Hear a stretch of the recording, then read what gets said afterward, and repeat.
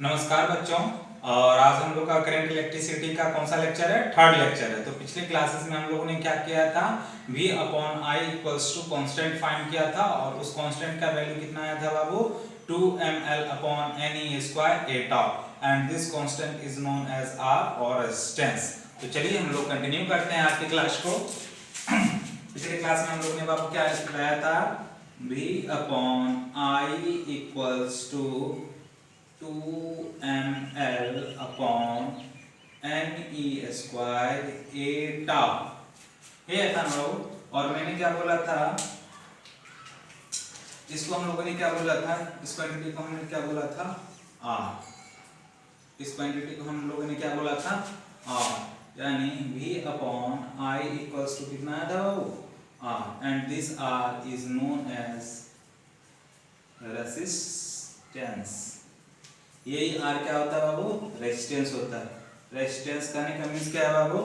अगर हमारे पास कोई एनर्जी सोर्स यानी क्या है बाबू? बैटरी है और बैटरी से हम किसी भी इलेक्ट्रिकल अप्लायंस को कनेक्ट करते हैं तो इलेक्ट्रिकल अप्लायंस में बेसिकली होता क्या है बाबू? रेजिस्टेंस। ये क्या है? रेजिस्टेंस। और अगर मैं यहाँ पे बैटरी कनेक्ट करता हूँ और बैटरी का पोटेंशियल डिफरेंस भी है, यानी हायर पोटेंशियल भी एंड लोअर पोटेंशियल जीरो, और ये क्या है बाबू? Connecting wire. This is a connecting wire और कनेक्टिंग वायर का हम रेजिस्टेंस क्या मान के चलते हैं? Zero, almost zero. तो यहाँ का पोटेंशियल भी कितना हो जाएगा? V, और यहाँ का पोटेंशियल ये जीरो है तो यहाँ पे का पोटेंशियल भी कितना हो जाएगा? जीरो। तो पोटेंशियल डिफरेंस की वजह से क्या हो जाएगा? इस वायर में क्या होना शुरू करेगा? करंट फ्लो होना शुरू हो जाएगा और इस वायर में करंट फ्लो होगा।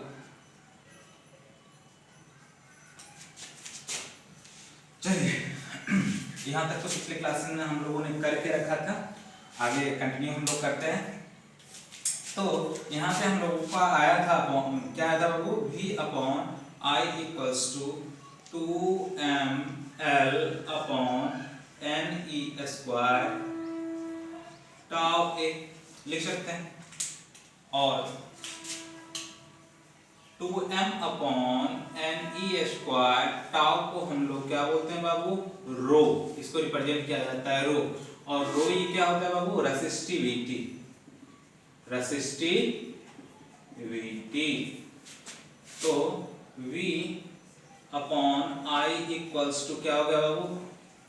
रो L बाय ए, और V बाय आई को हम लोगों ने क्या बोला है? R, यानी R इक्वल्स टू क्या हो गया बाबू?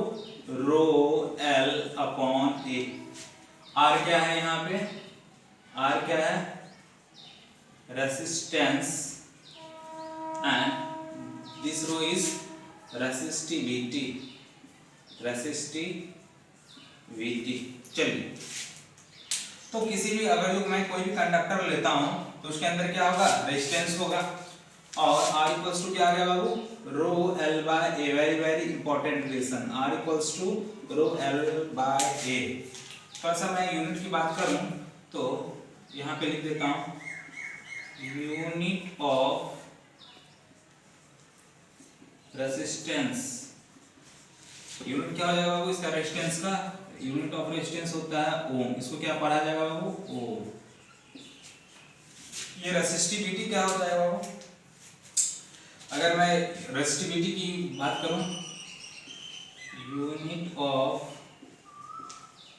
रेसिस्टिविटी, तो रेसिस्टिविटी की यूनिट की बात करूं तो यहाँ पे मैं रो इक्वल्स टू क्या लिख सकता हूँ बाबू? रो इक्वल्स टू मेरा क्या हो जाएगा? R, और यहाँ पे क्या? इंटू ए अपॉन एल। और रेजिस्टेंस का यूनिट क्या होता है बाबू? अगर ये यूनिट की बात करूं तो रेजिस्टेंस का यूनिट क्या? ओम। एरिया का यूनिट क्या? Metre square. और लेंथ का यूनिट क्या? मीटर। यानी metre square metre cancel out, यानी ये क्या हो जाएगा? Ohm metre. यानी रेसिस्टिविटी की यूनिट क्या हो गया बाबू? Ohm metre.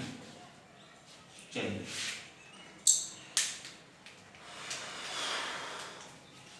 रेसिस्टिविटी की यूनिट हो गई और रेजिस्टेंस की यूनिट हो गई। अब यहाँ पे रेजिस्टेंस किस पे डिपेंड कर रहा है बाबू? रो पे डिपेंड कर रहा है, एल पे डिपेंड कर रहा है, और किस पे डिपेंड कर रहा है? ए पे। तो हम क्या ये लाइन लिख सकते हैं बिल्कुल,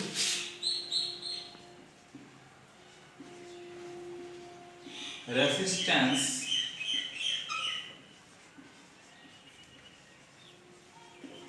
depends upon rho.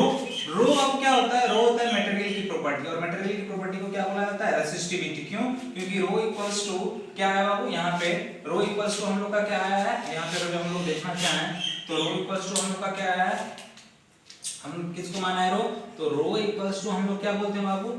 2m upon n e square टा। और ये क्या किसी मटेरियल की प्रॉपर्टी होगी। टाउ क्या हो गया? Relaxation time. ई क्या हो गया? चार्ज ऑफ इलेक्ट्रॉन, या इलेक्ट्रॉन आप बोल सकते हैं, या चार्ज कैरियर बोल सकते हैं। एन क्या हो गया? Number of charge carrier per unit volume हो गया। एम क्या हो गया? मास ऑफ इलेक्ट्रॉन हो गया। टू क्या हो गया? कांस्टेंट हो गया। यानी रो बेसिकली प्रॉपर्टी किसकी है? रेसिस्टिविटी प्रॉपर्टी किसकी होती है? मटेरियल की। तो रो किस पर डिपेंड करता है?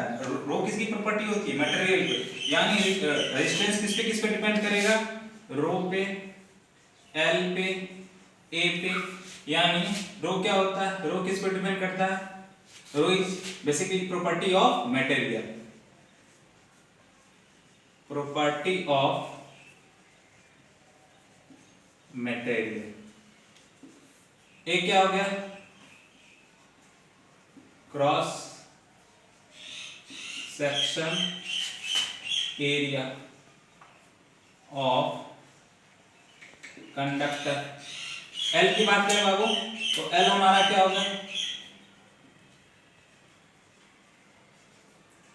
Length of the conductor. यानी डिस्टेंस मेरा किस पे डिपेंड कर रहा है? प्रॉपर्टी ऑफ मटेरियल पे, क्रॉस सेक्शन एरिया पे, लेंथ ऑफ द कंडक्टर पे। और हमारा रो किस पे? रो यानी रेसिस्टिविटी की मैं बात करूं, resistivity is property of material. अच्छा, एक चीज मैं यहाँ पे आप लोग को समझाना चाहता हूँ, थोड़ा सा टेम्परेचर डिपेंडेंसी हम लोग देख लेते हैं रेजिस्टेंस और रेसिस्टिविटी के लिए। तो अगर हम यहाँ पे बोलते हैं इफ टेम्परेचर इंक्रीज, अगर मैं टेम्परेचर इंक्रीज करता हूँ तो बाबू क्या होगा? टेम्परेचर इंक्रीज करने से रिलैक्सेशन, किसी भी कंडक्टर के अंदर क्या होता है? वो फ्री इलेक्ट्रॉन होता है, और उसके अंदर क्या होती है? स्पीड होती है। तो अगर जैसे ही मैं टेम्परेचर इंक्रीज करूं, टेम्परेचर इंक्रीज करने से क्या होगा बाबू? उसका कॉलिजन बढ़ जाएगा, इलेक्ट्रॉन तेजी से इधर उधर, उसके अंदर की काइनेटिक एनर्जी इंक्रीज हो जाएगी, और जिसके कारण क्या हो जाएगा? उनका कॉलिजन फास्ट हो जाएगा। कॉलिजन फास्ट हो जाएगा मींस क्या हो जाएगा बाबू? रिलैक्सेशन टाइम, यानी टाउ। टाउ क्या है बाबू? Relaxation time. रिलैक्सेशन टाइम क्या हो जाएगा? डिक्रीज कर जाएगा। तो इफ टेम्परेचर इंक्रीजेस, इसका रिजल्टेंट क्या हो गया? देन क्या होगा बाबू? इफ टेम्परेचर इंक्रीजेस, ऐसे लिख देते हैं, देन क्या हो जाएगा बाबू? टाउ। टाउ क्या हो जाएगा बाबू? डिक्रीजेस। टेम्परेचर इंक्रीज हुआ तो रिलैक्सेशन टाइम डिक्रीज हुआ। रिलैक्सेशन टाइम जैसे ही डिक्रीज हुआ बाबू तो क्या हो गया? रो इंक्रीजेस हो गया। देयरफॉर रिजल्टेंट क्या हो गया? अगर टाउ डिक्रीजेस हुआ तो क्या हो गया बाबू? रो इंक्रीजेस हो गया। और R इक्वल्स टू क्या होता है बाबू? R equals to rho L by. अगर रो इंक्रीज हो गया तो रेजिस्टेंस क्या हो जाएगा? इंक्रीज हो जाएगा। इफ रो इंक्रीजेस देन तो क्या हो जाएगा? Therefore R increases. रिजल्टेंट ये किसमें हो गया? कंडक्टर में। इफ टेम्परेचर इंक्रीज, ऐसे लिख लीजिए, if temperature increases in a conductor. आगे डिटेल्स इसके बारे में चर्चा किया जाएगा, अभी फिलहाल टॉपिक आ गया तो मैंने इस चीज को रिलेट कर दिया। अगर मैं सेमीकंडक्टर की बात करूं, क्योंकि चार्ज कैरियर फ्लो किसमें किसमें होता है बाबू? कंडक्टर में और किसमें? सेमीकंडक्टर में। इंसुलेटर की तो बात करनी ही नहीं है। तो अगर जो मैं सेमीकंडक्टर की बात करूं तो क्या लिखूंगा, इन सेमीकंडक्टर। अच्छा, सेमीकंडक्टर में क्या होता है बाबू, टेम्परेचर इंक्रीज करने से उनका कंडक्शन इलेक्ट्रॉन क्या होता है, कंडक्शन लेवल में फ्री इलेक्ट्रॉन उसमें इंक्रीज होना शुरू हो जाते हैं। क्यों? क्योंकि कंडक्शन इलेक्ट्रॉन उसमें बढ़ना शुरू हो जाता है, और कंडक्शन बैंड में जो इलेक्ट्रॉन होते हैं उस इलेक्ट्रॉन, सारे इलेक्ट्रॉन को कौन सा इलेक्ट्रॉन बोला जाता है बाबू, free electron.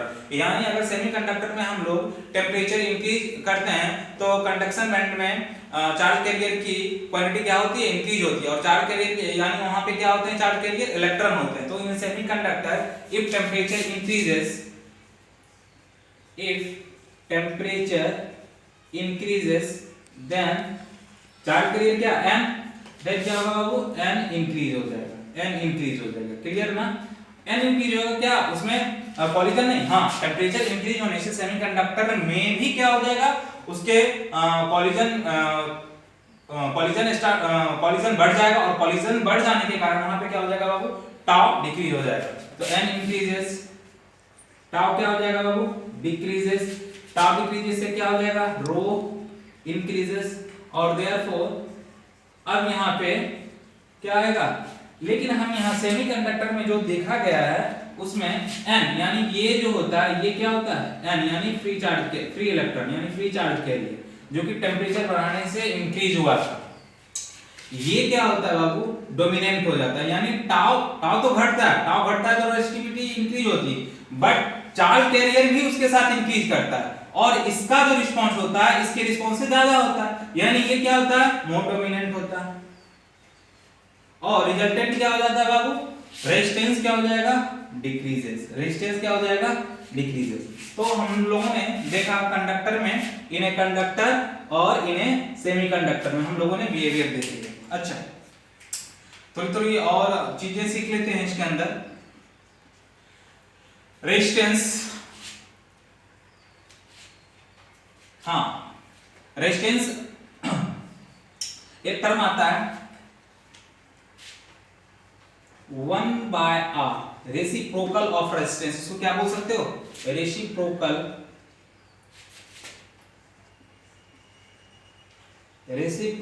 Of resistance. Reciprocal of resistance को क्या बोला जाता है बाबू, कंडक्टेंस। रेसिप्रोकल ऑफ रेजिस्टेंस होता है कंडक्टेंस, और कंडक्टेंस को किससे रिप्रेजेंट किया जाता है, जी से। तो अगर यूनिट की बात किया जाए, किसकी यूनिट की बात किया जाए, कंडक्टेंस की यूनिट की बात किया जाए, तो कंडक्टेंस की यहाँ पे unit of conductance, unit of conductance क्या हो जाएगा, यूनिट ऑफ कंडक्टेंस क्या हो जाएगा बाबू, 1/ओम, और ओम रेसिप्रोकल ओम को बोला जाता है बाबू मोव।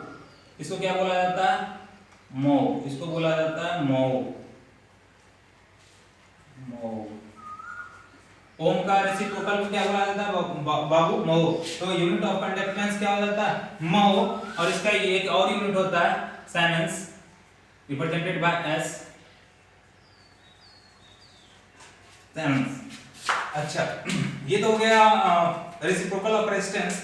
अगर मैं रेसिप्रोकल ऑफ रेसिस्टिविटी की बात करूं, लिखता हूं मैं यहाँ पे 1/ρ, 1/ρ यानी ये क्या हो गया बाबू, रेसिप्रोकल ऑफ रेसिस्टिविटी। और रेसिप्रोकल ऑफ रेसिस्टिविटी को बाबू बोला जाता है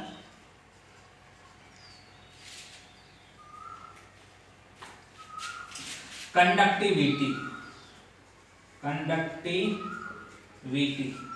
और कंडक्टिविटी को रिप्रेजेंट किया जाता है बाबू सिग्मा से। किससे, सिग्मा से। तो यूनिट ऑफ कंडक्टिविटी अगर जो देखा जाए यहाँ से, unit of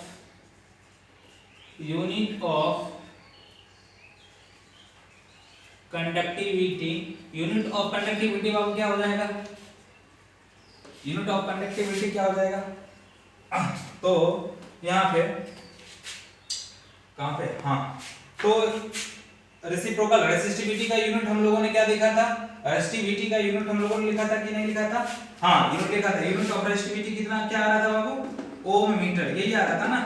unit of resistivity क्या आ रहा था, ओम मीटर। तो यहाँ पे यूनिट ऑफ कंडक्टिविटी की अगर जो बात किया जाए तो क्या हो जाएगा बाबू, 1 अपॉन ओम मीटर, और 1 अपॉन ओम को आप लोग क्या जानते हो, मो, तो इसका यूनिट क्या हो जाएगा, मो पर मीटर, मो पर मीटर। तो कई बार ऑब्जेक्टिव क्वेश्चन में स्टेट बोर्ड में पूछ देते हैं कि यूनिट ऑफ कंडक्टिविटी क्या होगा बाबू, तो ऑप्शन में रह सकता है 1 अपॉन ओम मीटर भी रह सकता है, या ऑप्शन में क्या रह सकता है, मो पर मीटर भी रह सकता है। तो अगर दोनों ऑप्शन दिया हुआ है और ऑप्शन में दिया हुआ है more than one answer correct, तो आप लोग टिक कर सकते हैं। तो इस चीज को, इसमें कुछ भी नहीं था, सिंपल डेफिनेशन था। तो आप लोग पहले इसको नोट कीजिए, और मैं इसको आप पॉज करके वीडियो को पहले नोट अच्छे से नोट कीजिए, और मैं इसको रख करता हूँ और क्लास को आगे ले जाता हूँ।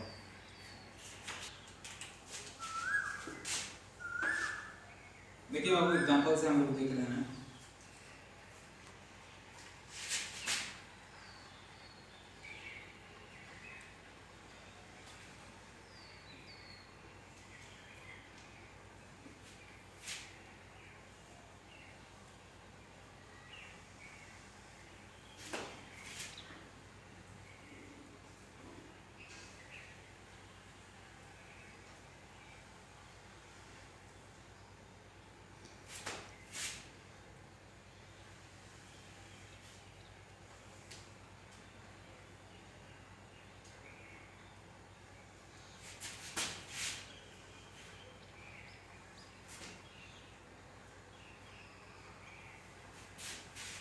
हम लोगों ने एक कंडक्टर लिया और मैं इसमें करंट को फ्लो करवा रहा हूँ। चलिए इसका थोड़ा सा डायमेंशन ले लेते हैं इस कंडक्टर की। तो मैं इस कंडक्टर के लेंथ को ए बोलता हूँ। लेंथ को बाबू मैंने क्या बोला, ए।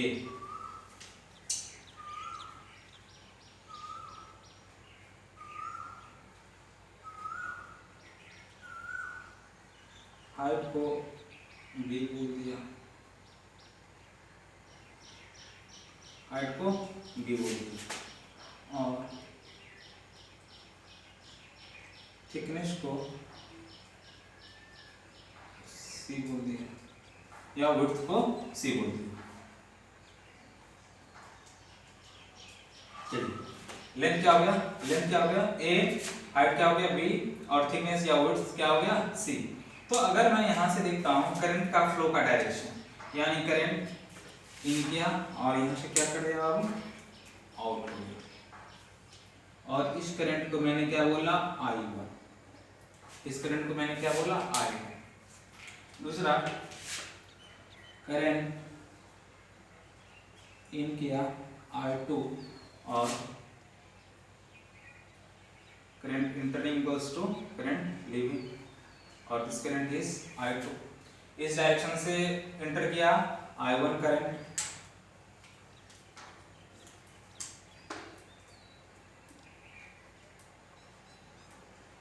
मान लीजिए आउटर की तरफ इस डायरेक्शन में जो करंट निकल रहा है उस करंट को मैं बोला I3, उस करंट को बाबू मैंने क्या बोला, I3।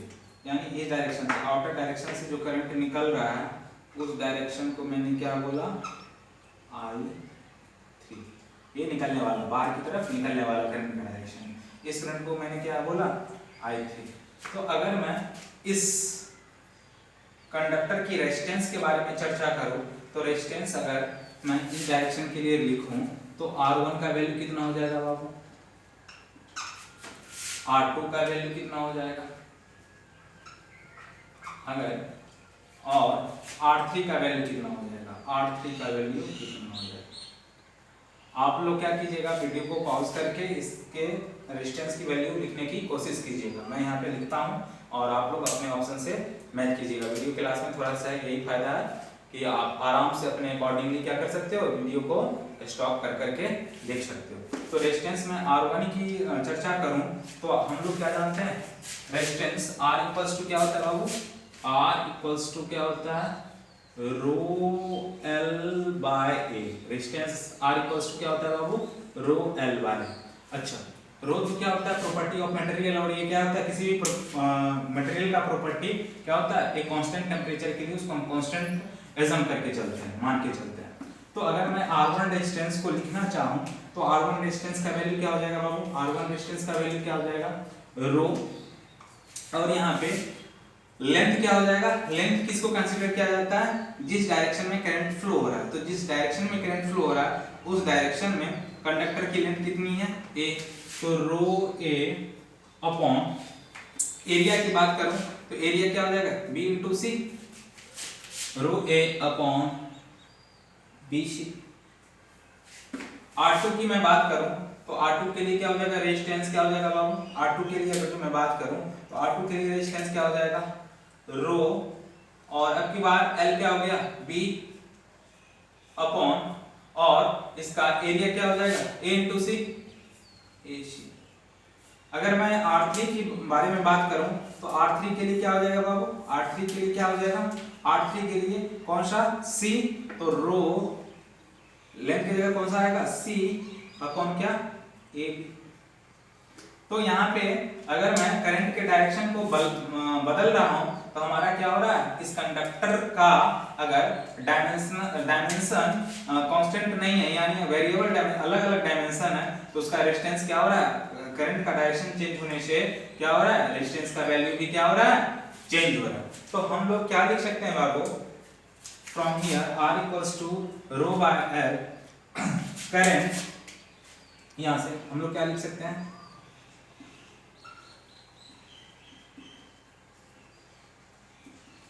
resistance depends upon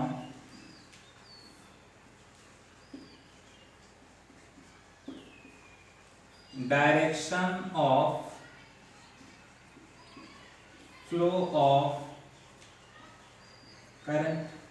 resistance किस पे डिपेंड कर रहा है, direction of flow of current, और किसके पे, direction of flow of current, rho पे, यानी किस पे, material, direction of flow of current material, और किस पे आप लोगों ने देखा, temperature end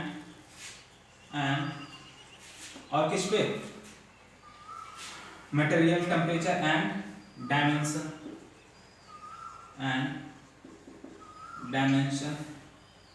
of the conductor. तो रेजिस्टेंस किस पे डिपेंड किया बाबू, direction of flow of current, material, temperature and dimension of the conductor. क्यों, अगर मैं डायमेंशन को चेंज कर रहा हूं तो यहाँ पे क्या हो रहा है, रेजिस्टेंस का वैल्यू भी क्या हो रहा है, चेंज हो रहा है। अच्छा, हमको रेजिस्टेंस लिखने में कौन सा लेंथ लेना है, लेंथ हम किसको यूज करेंगे, जिस डायरेक्शन में करंट फ्लो हो रहा है, और एरिया हमारा कौन सा हो जाएगा, तो डायरेक्शन ऑफ जिस डायरेक्शन में करंट फ्लो हो रहा है उसका क्या हो जाएगा, क्रॉस सेक्शनल एरिया क्या हो जाएगा, उस पे क्या हो जाएगा, परपेंडिकुलर हो जाएगा। तो इस चीज को आप ऐसा लिख सकते हैं आप लोग,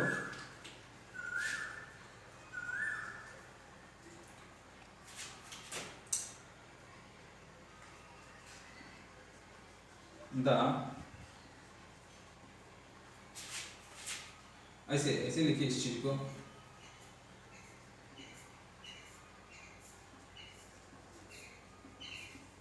रेजिस्टेंस डिपेंड्स अपॉन लेंथ, कौन सा लेंथ,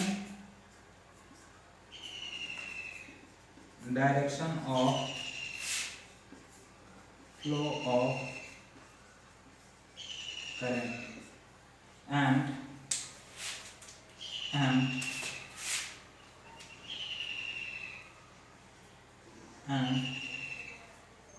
क्रॉस सेक्शनल एरिया, कौन सा, परपेंडिकुलर टू द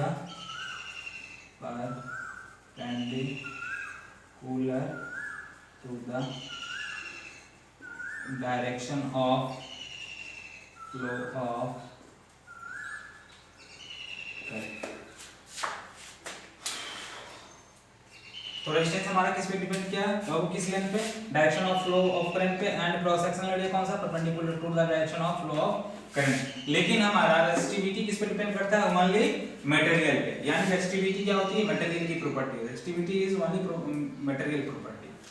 तो इस चीज को आप लोग अच्छे से नोट कीजिए, मैं इसको रख करता हूं। नेक्स्ट टॉपिक हम लोग शुरू करते हैं, current density. Current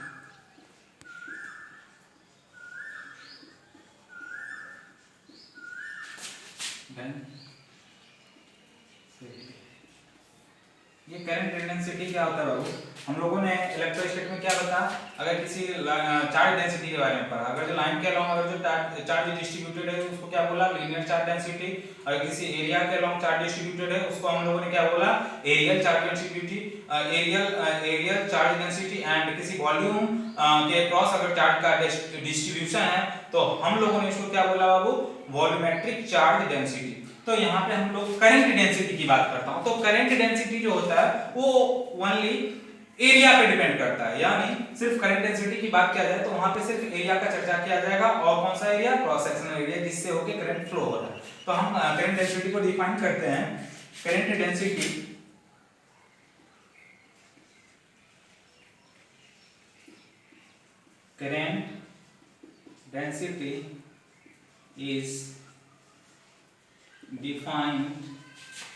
is defined as the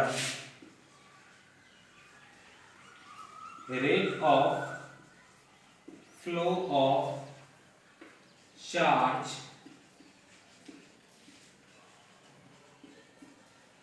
through a cross section area।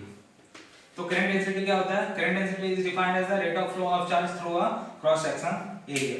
अच्छा, एक चीज हम लोग यहाँ पे नोट करके आप लोग समझ लीजिए इस चीज को। अगर हम किसी कंडक्टर की क्रॉस सेक्शनल एरिया को चेंज करते हैं तो उस पर करंट का वैल्यू चेंज नहीं करता है। अगर मैं किसी कंडक्टर की बात करूं, अगर हमारे पास मान लीजिए ये कोई कंडक्टर है,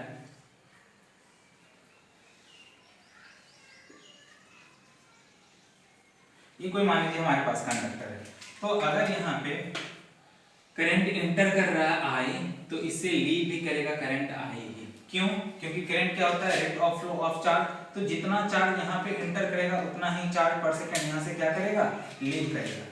आई करंट क्या होता है, इसको क्या,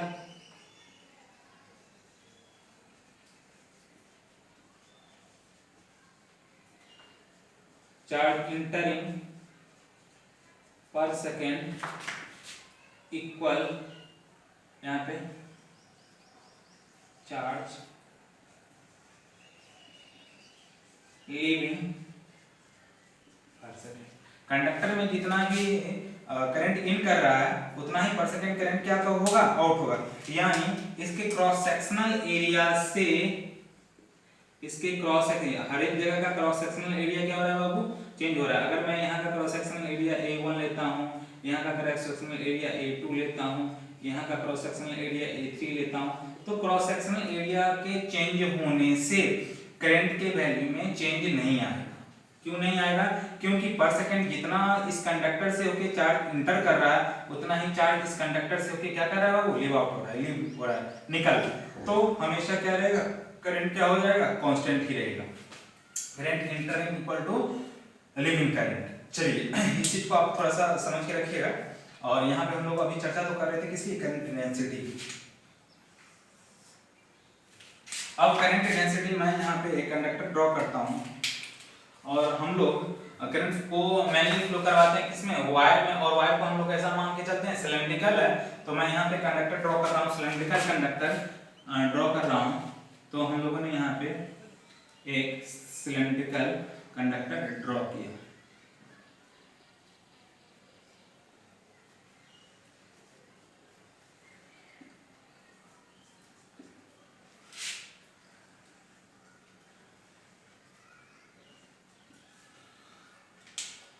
तो करंट डेंसिटी क्या होता है? Current density is defined as the rate of flow of charge. Rate of flow of charge को हम लोग क्या बोलते हैं? Current through a cross section area. तो अगर मैं बात करूं यहां से करंट इंटर आई कर रहा है और इसका इस कंडक्टर का क्रॉस सेक्शनल एरिया जो है वो किसी पॉइंट पी पे, मान लीजिए ये पॉइंट क्या हम लोगों ने लिया पॉइंट पी, इस पॉइंट पी पे क्रॉस सेक्शनल एरिया उसका क्या है? ए। पॉइंट पी पे क्रॉस सेक्शनल एरिया क्या है? ए। तो करंट डेंसिटी को डिफाइन किया जाता है जे से। जे क्या होता है बाबू? Current density. Current density equals to क्या हो जाएगा बाबू? आई अपॉन ए। आई अपॉन ए। अगर मैं वेरी स्मॉल क्वांटिटी का करंट लूं तो एरिया भी हमको क्या लेना पड़ेगा? क्रॉस सेक्शनल एरिया क्या लेना पड़ेगा? वेरी स्मॉल अमाउंट का। और इसको हम लोग क्या बोल सकते हैं? डी आई अपॉन डी ए। अच्छा, एरिया कैसा क्वांटिटी होता है? ये बाबू ये क्या है? ये क्या है? Cross sectional area. और एरिया कैसा क्वांटिटी होता है? एरिया कैसा क्वांटिटी होता है? वेक्टर क्वांटिटी होता है। और ये कैसा क्वांटिटी होता है? वेक्टर। एरिया वेक्टर क्वांटिटी होता है तो एरिया का डायरेक्शन कहाँ पे होता है? तो एरिया का डायरेक्शन, अगर जो ये हमारा पाम एरिया है तो इसका डायरेक्शन क्या हो सकता है? ऊपर हो सकता है या कहाँ पे हो सकता है? नीचे हो सकता है। तो अगर मैं ये इस क्रॉस सेक्शनल एरिया की बात करूं तो इसका एरिया वेक्टर क्या हो जाएगा? Perpendicular to the surface. और इस एरिया का क्या हो जाएगा? Area vector. इस एरिया का ये क्या हो जाएगा? एरिया वेक्टर हो जाएगा। तो यहाँ पे current density equals to I upon A. Area कैसा क्वांटिटी है? वेक्टर क्वांटिटी है। करंट कैसा क्वांटिटी है? Tensor quantity. और उसको हम लोग कैसा ट्रीट करते हैं? Treat as a scalar. तो करंट डेंसिटी अगर जो डायमेंशनली इस चीज को देखा जाए तो क्वांटिटी के बेसिस पे देखा जाए तो इधर क्या आ रहा है? वेक्टर आ रहा है, क्योंकि स्केलर अपॉन वेक्टर यानी something multiply with vector is vector quantity. तो अगर यहाँ पे चर्चा किया जाए तो ये क्वांटिटी कैसा आ रहा है बाबू? Vector quantity. तो करंट डेंसिटी को भी कैसा होना पड़ेगा? Vector quantity. क्यों? क्योंकि अभी हम लोगों ने जस्ट देखा है, इसी को आगे हम लोग देखते हैं। करंट डेंसिटी इक्वल्स टू क्या आ गया बाबू? आई अपॉन ए। और इसको हम लोग क्या लिख सकते हैं? D I by D A. इसको और समझना होगा तो अगर हम लोगों ने क्रॉस सेक्शनल एरिया को चेंज कर दूं, अगर मैं क्रॉस सेक्शनल एरिया को चेंज कर दूं, मान लीजिए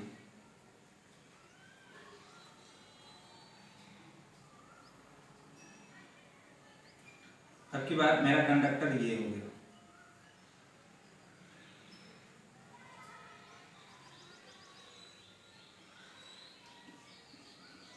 और ये क्या हो गया बाबू? मेरा क्रॉस सेक्शनल एरिया। इसकी बात तो अगर मैं इस क्रॉस सेक्शनल एरिया की बात करूं तो इसके लिए एरिया वेक्टर क्या हो जाएगा? ए। इसके लिए एरिया वेक्टर का डायरेक्शन ए होगा। और हमको करंट फ्लोइंग के डायरेक्शन में देखना है तो अगर मैं ये हमारा एरिया, क्योंकि एरिया वेक्टर क्या होता है? Perpendicular to the area. और परपेंडिकुलर टू द एरिया तो यही हुआ ना, इसके लिए परपेंडिकुलर थोड़ा सा तिरछा बन गया, इसको मैं सीधा कर देता हूं। इस एरिया के लिए एरिया वेक्टर क्या हो गया? This one is area vector A. और हमको अगर करंट डायरेक्शन में लेना है, इस डायरेक्शन में एरिया वेक्टर लेना है, तो अगर मैं बोलता हूं ये एंगल कितना है बाबू? थीटा। ये एंगल थीटा है तो ये क्या हो जाएगा? a cos theta. If this angle is theta then this component is a cos theta. And इस स्थिति में हमारा current density J equals to क्या हो जाएगा? I upon a cos theta. और यहाँ पे हम लोग क्या लिख सकते हैं? I equals to J A cos theta. और ये किस प्रोडक्ट को शो कर रहा है? J A cos theta. Scalar product लिख सकते हैं। तो I इक्वल्स टू क्या होता है? ए बी cos थीटा को हम लोग क्या लिखते हैं? A B A dot B. तो यहाँ जे ए cos थीटा को हम लोग क्या लिखेंगे? J dot A. यानी इस डॉट प्रोडक्ट को वेरीफाई कर रहा है। और डॉट प्रोडक्ट को कौन सा क्वांटिटी वेरीफाई? यानी स्केलर प्रोडक्ट को वेरीफाई कर रहा है। तो करंट हमारा कैसा क्वांटिटी है? स्केलर क्वांटिटी हम लोग जानते भी हैं। तो अगर यहाँ से हम लोग देखा जाए तो इसको क्या लिख सकते हैं बाबू? Current density J equals to कितना आ गया? D I by D A for small current के लिए। तो हम लोग इसको यहाँ पे लिख लेते हैं।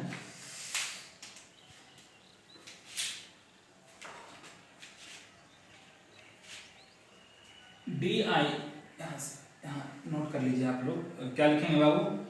J इक्वल्स टू क्या है बाबू? D I upon D A. तो डी आई इक्वल्स टू क्या हो जाएगा? जे डी ए, अगर टोटल करंट मालूम करना पड़ेगा तो हम लोग को क्या करना पड़ेगा, इंटीग्रेट करना पड़ेगा। तो I इक्वल्स टू क्या हो जाएगा,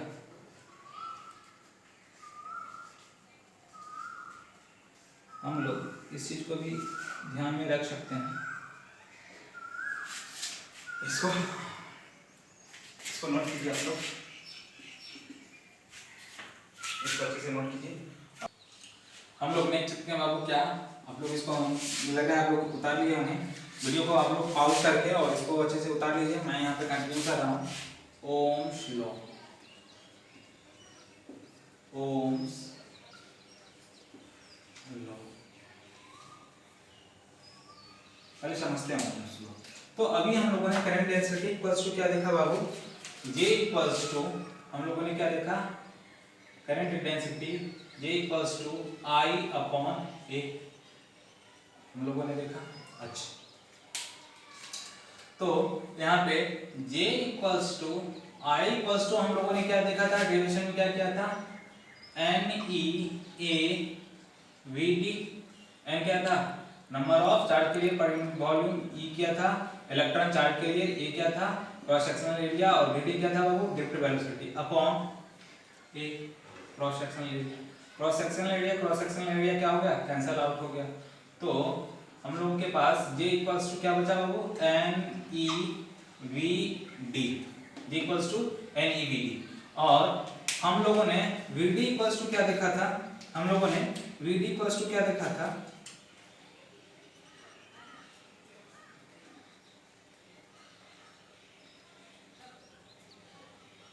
NE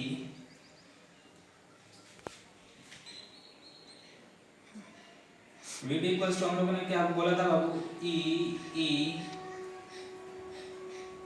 टाउ अपॉन कितना, M, E tau upon M।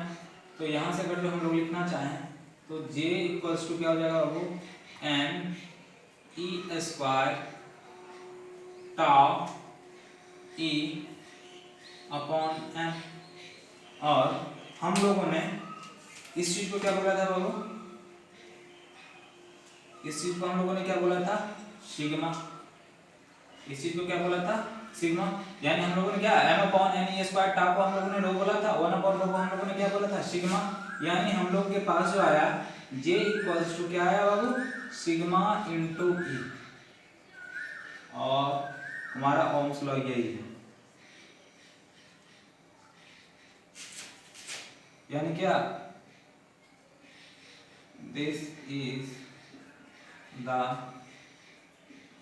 First for of Ohm's law, very very important.